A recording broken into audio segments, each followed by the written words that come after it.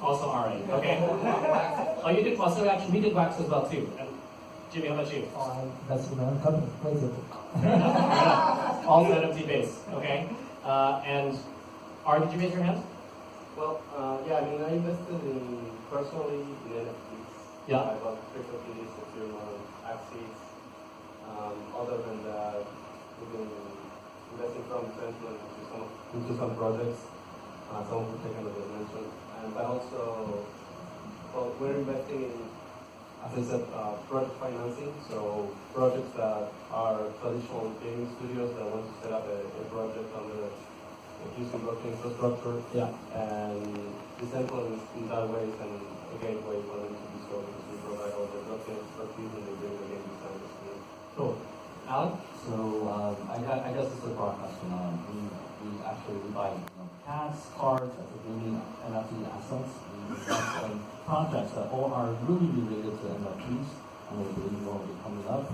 Or we invest in games that are designed in NFTs, and I guess, and also projects are helping to issue like NFT sales. Okay, so that's sort of the prelude to the question. The real question is like, how should we as investors be thinking about this thesis of investing in the NFT space? So some of us have invested in CryptoKitties. I bought a CryptoKitty as well, a few actually, and we invested in projects. Now you're investing in funds. How do we think about the most efficient way or the most kind of effective way to invest in NFTs? And does it follow the same type of idea for kind of venture investments where you kind of invest and then you help them along, or is it more on the side of the kind of more token trading investments where you're just really kind of investing in the token itself? How do you form a thesis around investing in NFTs? So for the only one that haven't invested in anything yet, I want to learn from you guys on how you sort of, and I guess there's a few areas we're definitely paying a lot of attention to. One is sort of the marketplace exchange side of it, the wallet side of it, and of course there are folks like Decentraland that empower you, create an environment.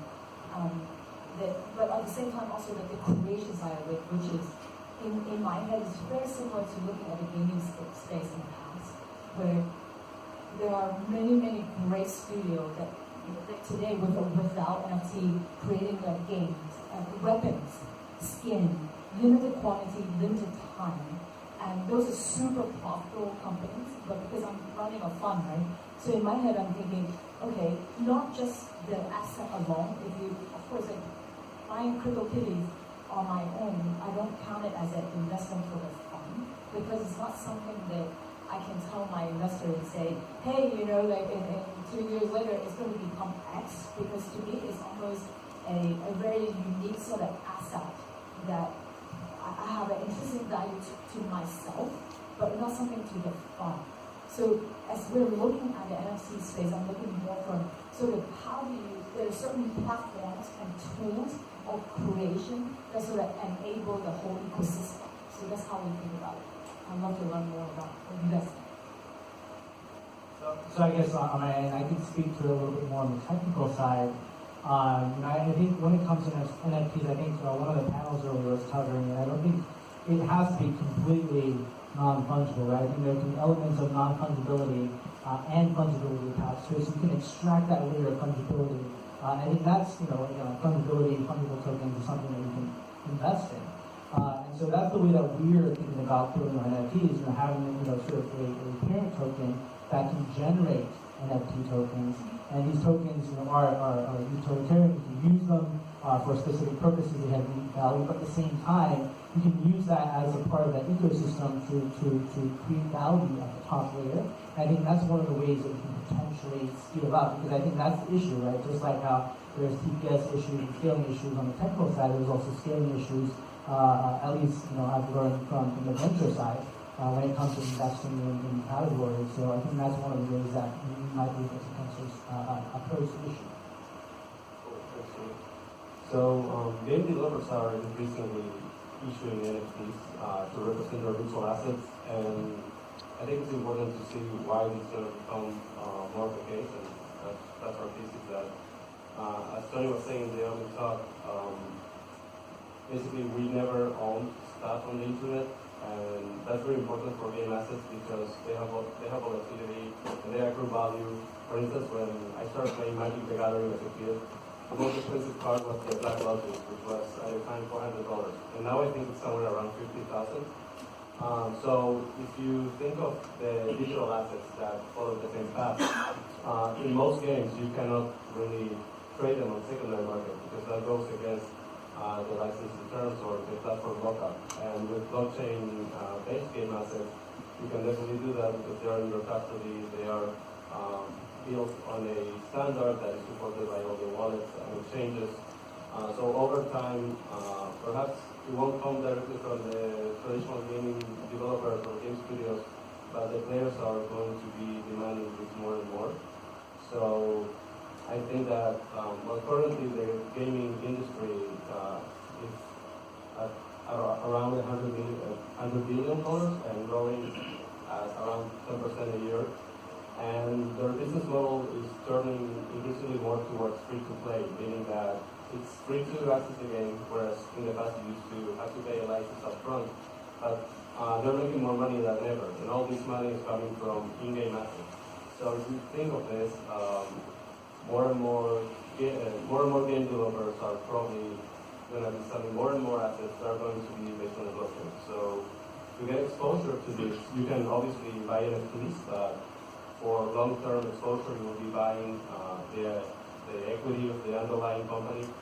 Also, because this is a very new space, there's a lot of infrastructure that has to be developed. So at Decentraland and people that are interested in this space are personally investing on scalability solutions that have tokens or platforms that are going to be hosted in these games. Yeah, that's it. Actually, I want to throw a comment on that second because we have a team powwow and we're in Korea, so I'm mostly in the bit. But being in Korea means we get pitched all kinds of gaming projects, NFTs included. And what's really interesting is that every large game studio in Korea, every single one of them has reached out to us to figure something out here. There's items from Minion just going to 500K, right? It's such a big cash cow business for them.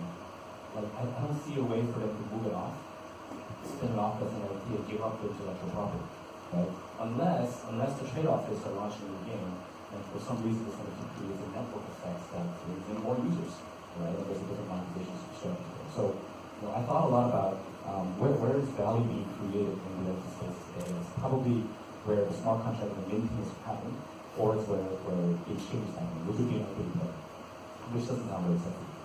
But in a lot of ways, in Korea right now, with all these big enterprises like Lion, or Kakao, these guys all getting into the blockchain space, they're building it in the sense that it's an enterprise blockchain or a hybrid model, which is mostly a centralized model.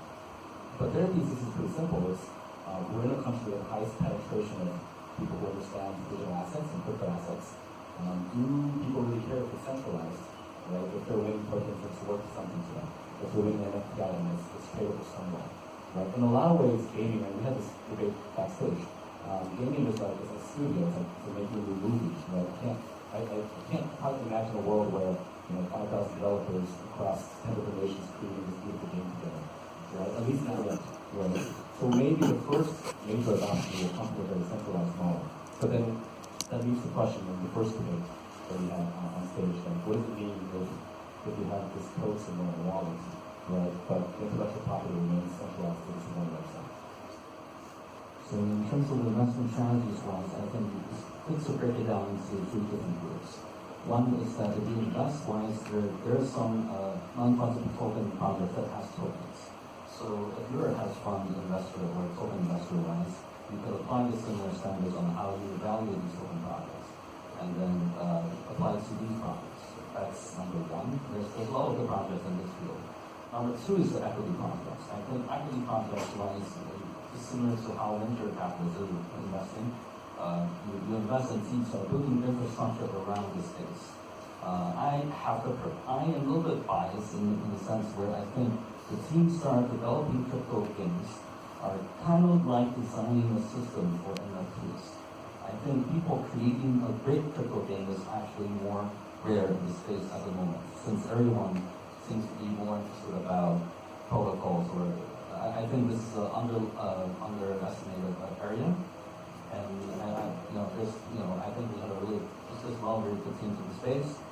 And there's also the third kind is this buy cats to make money. I think I had a really good conversation with the guys from Axie Infinity. They're actually early investors of CryptoKitties. They're actually able to make a lot of money from that. So right now, to professionally make money from investing in cats, it's very difficult and it's very crazy, and I don't think you can ever raise money from LPs. But I think as the space getting more and more mature, I think there's a room for that to open up later on. So what you're saying is we're gonna one day have a way that invests in kittens. Yes. There's a. I will officially announce we will create a fund of 500 cats. Shouldn't it be 500 cat ups? Okay, so I was talking to Tom Ballage, who's going to be speaking tonight with Phil Chen at our NIFTY at night. So a little plug there, which will be not here, but often in Naked on Chengwan to 7. And he was the co-founder of Zynga, so obviously he has a lot of experience in this space. And now he's not doing that. He's got his own startup. And we were talking about like the investment kind of structures for NFTs as a space in games. And he brought up something which you guys probably know this, but I don't actually. He said that VCs don't invest in games. And I thought that was pretty interesting because it never really occurred to me because gaming is so profitable, but they don't invest in games. And he didn't really explain why, but I imagine it's somewhat because of the concentration risk, and it's like investing in a movie, which is also very, very perilous. And I think the returns are not so great. So it's interesting that Ari, you guys are starting a fund. I know someone else who's starting a fund for gaming students. I've heard probably in the last month about 3 or 4 different propositions for people that are starting funds around blockchain gaming and or NFTs. And I'm wondering myself if that's actually the right way to go about it, to kind of spread out the risk, to be able to get more exposure, and also if that makes sense at this stage where it's still very, very early and it's hard to make very kind of concentrated later stage bets because there's just so many like very, very pre-seed like angel rounds. I mean, what is your experience in terms of investable opportunities and investable assets? Does it make more sense from the fund side? Or, are there really opportunities to buy single or even kind of baskets of goods? I just want to throw something that way. So from a fund perspective, I can't see anything past equities, and this exchange is going to perform very well in that situation. But let's say like 20 or even 30 years from now, there's an iPhone moment of VR, and we are really living in it just right now, floating around Decentraland, right? People might look back at CryptoPunks and the first CryptoKitty and be like, this is the first NFT ever, assuming the VIP license to CryptoKitties and those kind of money to carry that with them. Right, so personally, I might be interested in going out and getting myself a couple of CryptoPunks and holding them as wallet forever. But I still think that centralized IPs is a pretty big hurdle that we haven't quite figured out yet, right? And maybe the token standard we have today doesn't really quite encompass that, and so we'll see some better standards that come out. But that's sort of where I'm stuck on.